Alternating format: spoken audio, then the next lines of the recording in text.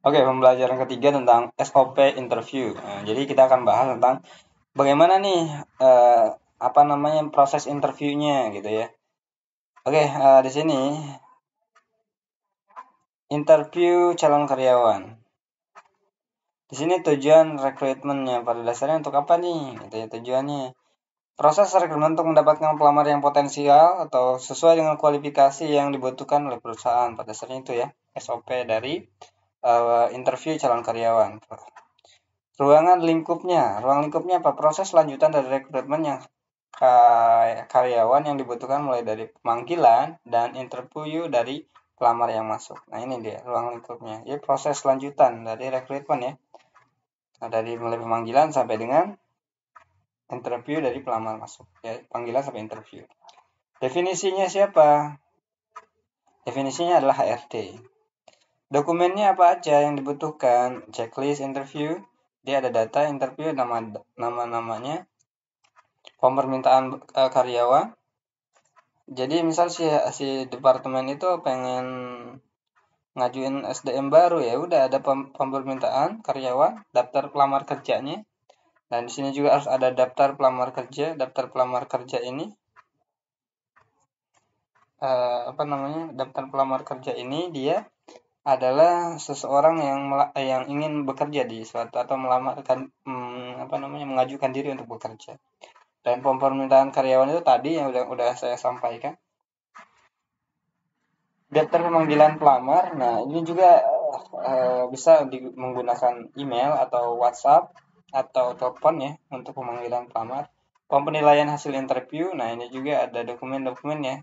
Jadi nanti ada hasil penilaian, form penerimaan dokumen. Ya bisa, oh ini diterima nih, ada dokumennya gitu. Semuanya penanggung jawabnya adalah HRD di sini. Uraian prosedurnya, HRD mengecek surat lamaran yang masuk gitu ya. Biasanya via email, kalau sekarang, atau enggak via fisik langsung dititip di security, atau enggak langsung nyampe di perusahaan. Cuman ini lebih ribet ya, kita harus buka map satu-satu, agak rumit ya. Atau enggak via aplikasi kalau sekarang, kalau perusahaannya udah maju, mereka bikin aplikasi untuk pelamar kerja. Jadi orang-orang tinggal bikin akun, buat CV di sana, udah selesai. Kalau ada lowongan tinggal di apply gitu ya, dilamar gitu ya. Terus lagi HRD menerapkan hari untuk memanggil pelamar untuk melakukan interview. Jadi HRD nanti, kita jadwalin misal dari 1.000 orang itu, oke lah, kita gunakan 10 hari, berarti satu harinya 100 orang tuh di tes gitu ya, dipanggil gitu ya. Terus lagi menghubungi pelamar untuk datang interview pada hari yang sudah ditentukan. Nah, itu dischedule-kan.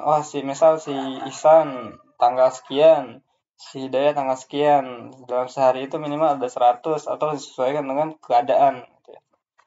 Interview dilakukan oleh pimpinan dan tes komputer dilakukan oleh HR. Nah, ini biasanya tes akademik ya. Interview dilakukan oleh pimpinan dan tes di komputer dilakukan oleh HRD. Jadi memang ada pimpinan di bidang, di divisi masing-masing sesuai dengan kebutuhan. Nah, itu dia akan mereview atau menginterview, yang mewawancarai gitu ya. HRD membuat form penilaian hasil interview dan menentukan pelamar yang lulus pada interview pertama. Nah, di sini nanti, ini si A lulus, si B lulus, si C lulus, ya si D nggak lulus nih karena memang nilai kecil dan seterusnya. Pelamar yang lulus pada interview pertama dihubungi untuk interview kedua. Nah, ini proses interview itu bukan hanya sekali ya, tapi ada 2 kali kadang. Interview pertama, terus dihubungi untuk interview keduanya lagi. HRD melaksanakan interview kedua yang dilakukan oleh pimpinan. HRD membuat form penilaian dan menentukan pelamar yang lulus pada interview kedua. Pelamar yang dinyatakan memenuhi syarat dalam dinyatakan lulus pada interview kedua diterima sebagai karyawan, dan HRD segera menghubungi untuk informasikan kepada kapan mulai bekerjanya.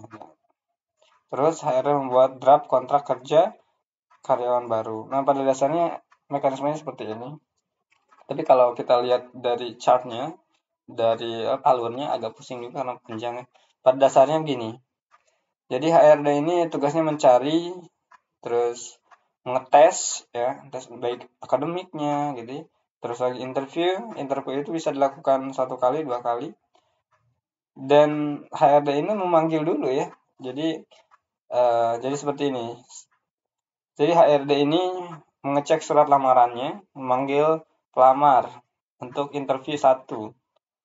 Interview 1, tes ya, sampai tes itu masa interview oleh pimpinan, mengetes keahlian komputernya, membuat daftar penilaian yang lulus interview, dan menginformasikan, meminta pertimbangan pimpinan juga ya, jangan sampai sendirian ya. Memanggil untuk interview kedua ya, pelamar dipanggil. Pelaksanaan interview kedua, nah ini ya, membuat daftar penilaian yang lulus interview 2, diinformasikan ke pelamar juga, meminta pertimbangan pemimpin ya nantinya. Memutuskan pelamar yang lulus dan diterima sebagai pegawai. Oke, itu. Hanya itu ya.